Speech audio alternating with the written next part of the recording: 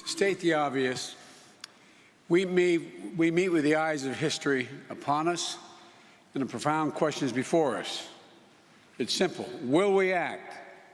Will we do what is necessary?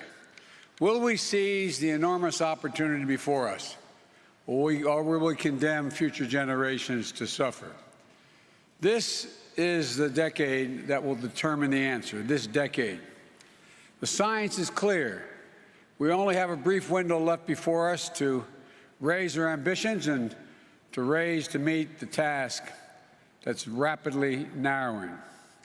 This is a decisive decade in which we have an opportunity to prove ourselves. We can keep the goal of limiting global warming to just 1.5 degrees Celsius within our reach if we come together. If we commit to doing our part of each of our nations with determination and with ambition. That's what COP26 is all about.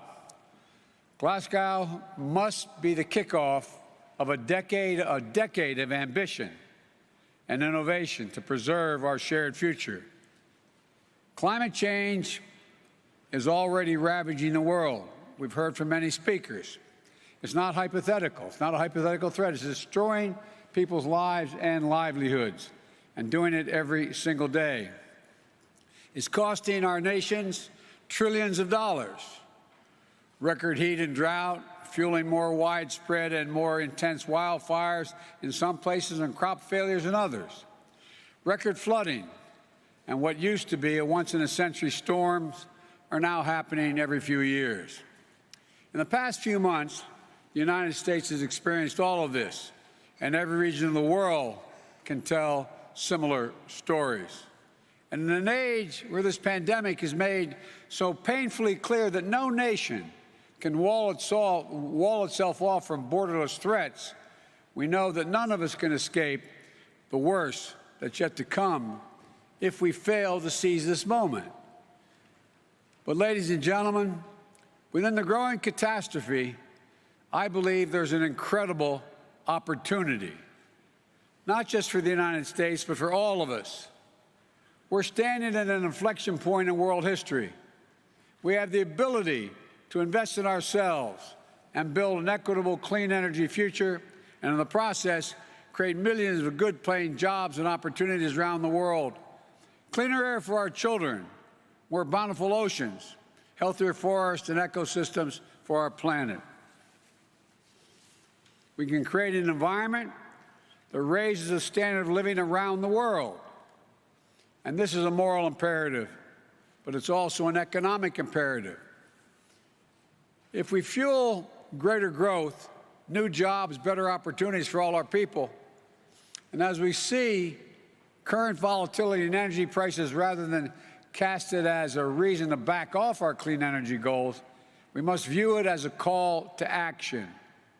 High energy prices only reinforce the urgent need to diversify sources, double down on clean energy development, and adapt promising new clean energy technologies so we can not only we don't remain overly reliant on one source of power to power our economies and our communities. It's in the self-interest of every single nation. And this is a chance, in my view, to make a generational investment in our economic resilience and in our workers and our communities throughout the world. That's what we're going to do in the United States. My Build Back Better framework will make historic investments in clean energy, the most significant investment to deal with the climate crisis that any advanced nation has made ever. We're going to cut U.S. greenhouse gas emissions by well over a gigaton by 2030, while making it more affordable for consumers to save on their own energy bills, with tax credits for things like installing solar panels, weatherizing their homes. Lowering energy prices will also deliver cleaner air and water for our children, electrifying fleets of school buses, increasing credits for electric vehicles, and addressing legacy pollution. It will incentivize clean energy manufacturing, building the solar panels and the wind turbines that are growing energy markets of the future, which will create good-paying union jobs for American workers and something that none of us should lose sight of. When I talk to the American people about climate change, I tell them it's about jobs. It's about workers who will lay thousands of miles of transmission lines of clean, modern, resilient power grid. The auto workers who build the next generation of electric vehicles and electricians who will install a nationwide network of 500,000 vehicle stations to power them throughout my country. The engineers who will design new carbon capture systems, and the construction workers who will make them a reality. The farmers who will not only help fight global hunger, but also use the soil to fight climate change. The communities that revitalize themselves around new industries and opportunities. And because we are taking all these actions, the United States will be able to meet the ambitious target I set in the Leaders Summit in Climate back in April, reducing U.S. emissions by 50 to 52% below 2005 levels by 2030. We'll demonstrate to the world the United States is not only back at the table, but hopefully leading by the power of our example. I know it hasn't been the case, and that's why my administration is working overtime to show that our climate commitment is action, not words. On my very first day in office, I took action to return the United States to the Paris Agreement.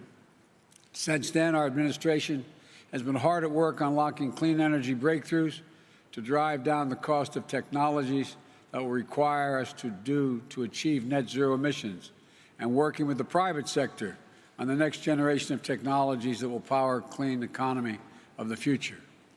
Over the next several days, the United States will be announcing new initiatives to demonstrate our commitment to providing innovative solutions across multiple sectors, from agriculture to oil and gas, to combating deforestation, to tackling hard and to abate industries. We're planning for both short-term sprint to 2030 that will keep 1.5 degrees Celsius in reach, and for a marathon that will take us to the finish line and transform the largest economy in the world into a thriving, innovative, equitable, and just clean energy engine of net zero for a net zero world. That's why today I'm releasing the U.S. long-term strategy, which presents a vision of achieving the United States goal of net zero emissions economy-wide by no later than 2050, and reinforces an absolutely critical nature of taking bold action in the decisive decade. We're also going to try to do our part when it comes to helping the rest of the world take action as well.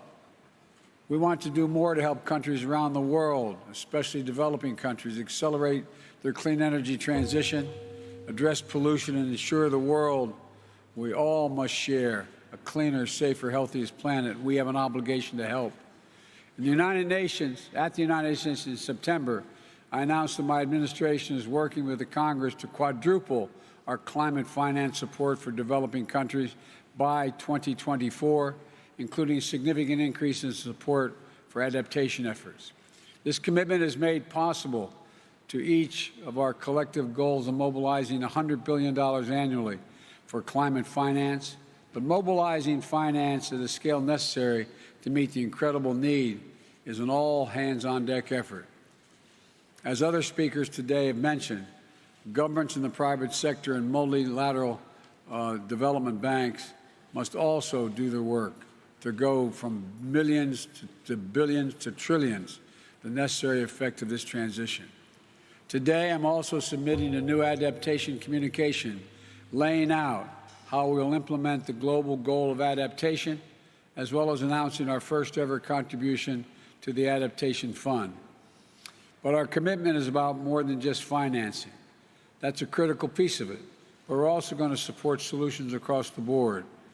In the lead up to this gathering, the United States joined our G7 partners to launch a Build Back Better World initiative. We also reconvened the Major Economies Forum on Energy and Climate to launch transformative actions and to raise ambition. And together with the European Union, we're launching a global methane pledge to collectively reduce methane emissions, one of the most potent greenhouse gases, by at least 30% by the end of the decade. More than 70 countries have already signed up to support rapid reduction of methane pollution, and I encourage every nation to sign on. It's the simple, most effective strategy we have to slow global warming in the near term. My friends, if we're to recognize that a better, more hopeful future of every nation has to do its part with ambitious targets to keep 1.5 degrees in reach and specific plans of how to get there, especially the major economies.